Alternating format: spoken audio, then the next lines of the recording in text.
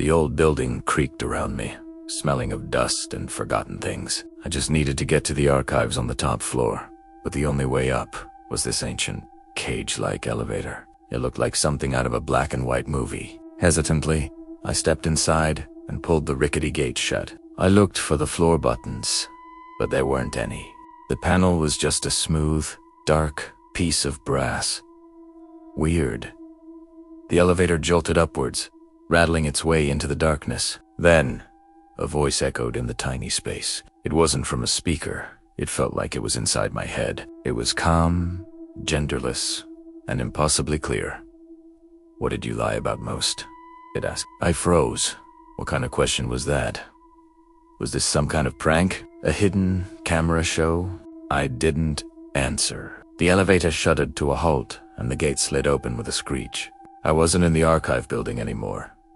I was standing in a hallway I hadn't seen in 20 years. The faded floral wallpaper. The worn-out green carpet. It was my childhood home. Donde hole. I could see my parents. My mom was setting the table for dinner, and my dad was watching TV in the living room. My younger brother was there too, building something with his blocks on the floor. I felt a wave of relief wash over me. "Mom, Dad," I called out, my voice cracking. They turned towards me, and my heart dropped into my stomach. Their faces, they were completely blurred, like smudged paintings, with no eyes, no nose, no mouth, just indistinct shapes where their features should be. My brother looked up, and his face was the same, a featureless oval. Panic started to claw at my throat. I tried to speak again, but no sound came out. I could hear them talking, their voices muffled and distant, but I couldn't make out the words. I stumbled back into the elevator, my hands shaking. The hallway looked so real, yet so terrifyingly wrong. As the gate slid shut, the memory hit me. It wasn't one big lie, but thousands of small ones. Every time my parents asked, "How was your day?" and I said fine, even when I was being bullied. Every time my brother asked if I liked his drawings and I said they're great, even when I thought they were scribbles. Every "I'm okay" when I was anything but. I lied to keep the peace, to avoid conflict, to make things easier. I lied so much that the real me got lost, and maybe the real them did too. Is that why I couldn't see their faces? Because my constant little lies had blurred the truth of who they were to me. The elevator began to move again, its gears grinding. The voice returned, just as calm as before, sending a chill down my spine. Next stop, the lie that saved you. The gate remained shut, and all I could do was stand there, trapped in this metal box, wondering what memory it was about to force me to relive. What lie could have possibly saved my life, and what would it cost me to see it again? The elevator doors glide open, but this isn't my floor. It's a hospital room. The fluorescent lights hum, and the air smells of antiseptic. In the bed lies an old woman, her face pale, her breathing shallow. It's my grandmother. I told her I couldn't visit because I had a crucial exam. The truth, I was at a party. The memory stings, sharp and sudden. A wave of shame washes over me. The elevator display flashes, demanding something from me. I swallow hard, my voice a barely audible whisper. I lied. I wasn't studying. I was at a party. The door slides shut, the elevator jolts, and we descend. Ding.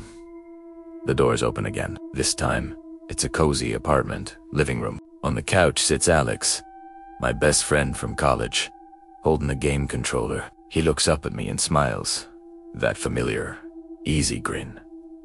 "Hey man, ready for another round?" He gestures to the empty spot beside him. But this isn't right. We haven't spoken in 3 years.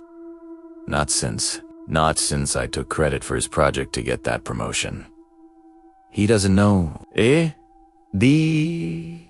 Dente. I told everyone the idea was mine, that Alex had just helped with some minor details. It was a complete lie, and it cost me my best friend. The guilt is a physical weight, pressing down on my chest. Alex is still smiling, waiting. The elevator remains motionless. "Alex," I say, my voice cracking. The project, it was all you. I stole it. I'm so sorry. Alex's image flickers, his smile fading into a look of disappointment before the entire scene dissolves. The doors close once more. Another floor. This time, I'm in a restaurant. Across the table sits Sarah, my ex-girlfriend. She's laughing at something I just said. But her eyes, they look sad. This is the night I broke up with her. I told her it wasn't her, it was me. I said I wasn't ready for a serious commitment. That was the easy way out. The real reason was that I had already started seeing someone else. I couldn't face the fallout, the tears, the anger, so I lied. Looking at her now, so full of trust. It's like a knife to the gut. The elevator waits. I take a deep breath. I lied, Sarah. I wasn't scared of commitment. I was cheating on you.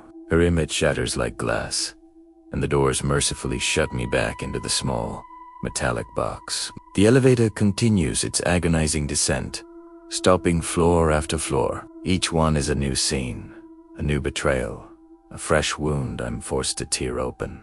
The lie about losing my boss's report when I'd actually spilled coffee all over it. The lie about being sick to get out of helping my brother move. The lie to my parents about how well I was doing financially when I was drowning in debt. With each confession, the elevator drops, taking me deeper into my own personal hell. My throat is raw, my eyes are burning. I've confessed to so many things. I can't even keep track anymore. How many more floors are there? How many more lies have I told? Finally, the elevator shudders to a halt. I brace myself for another painful memory, another ghost from my past. But the doors remain closed. I look up at the floor indicator, expecting to see a number. Instead, the red digital display flickers erratically. The numbers and symbols blur into a chaotic mess before settling on a single, terrifying word. It's not a number. It's not a place. It's 3 letters that make my blood run cold. You. What does it mean? What lies waiting for me on this final floor? The elevator dings, a final, chilling sound, and slowly, the doors begin to open. Thanks for watching, and don't forget to subscribe to see what happens in the final part. The elevator doors slid open with a soft, final chime. This wasn't another floor of the office building.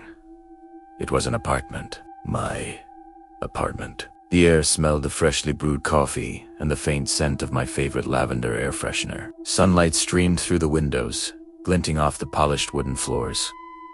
It was home, but something was terribly, fundamentally wrong. I saw him first. Me.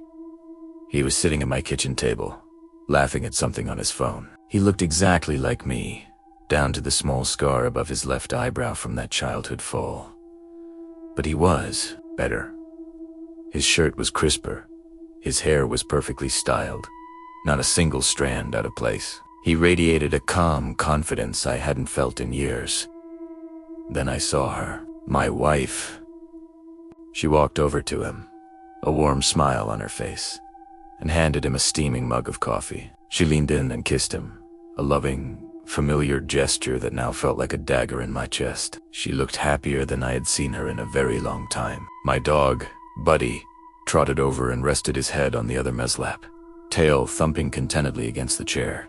This imposter patted him, scratching that one spot behind his ear that always makes Buddy's leg kick. It was my life, my wife, my dog, my home, but it was being lived by someone else, and he was doing a much better job of it. All the small arguments, the financial stress, the quiet disappointments that had chipped away at my own happiness, they were gone from this picture.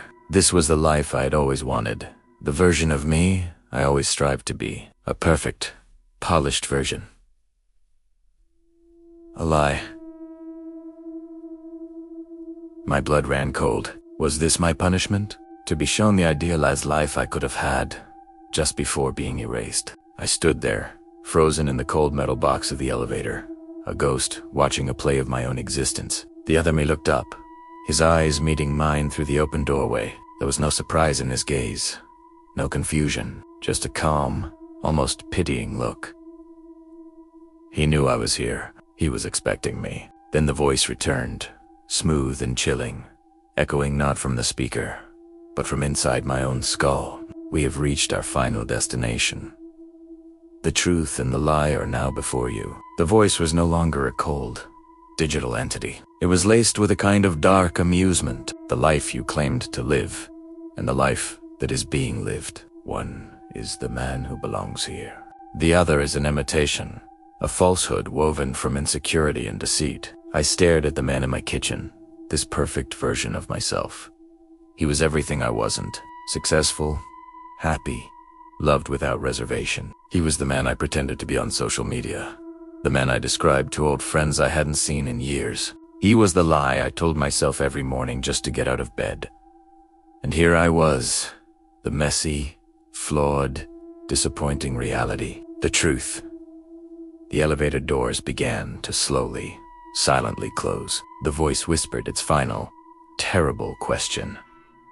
So, tell me, which one of you is real, and which one of you is the lie that must be discarded? The last thing I saw before the doors sealed me in darkness was the other me, raising his coffee mug in a small, final toast. If this story got under your skin, like, subscribe to Bloody Chapter, and comment. Lie or truth?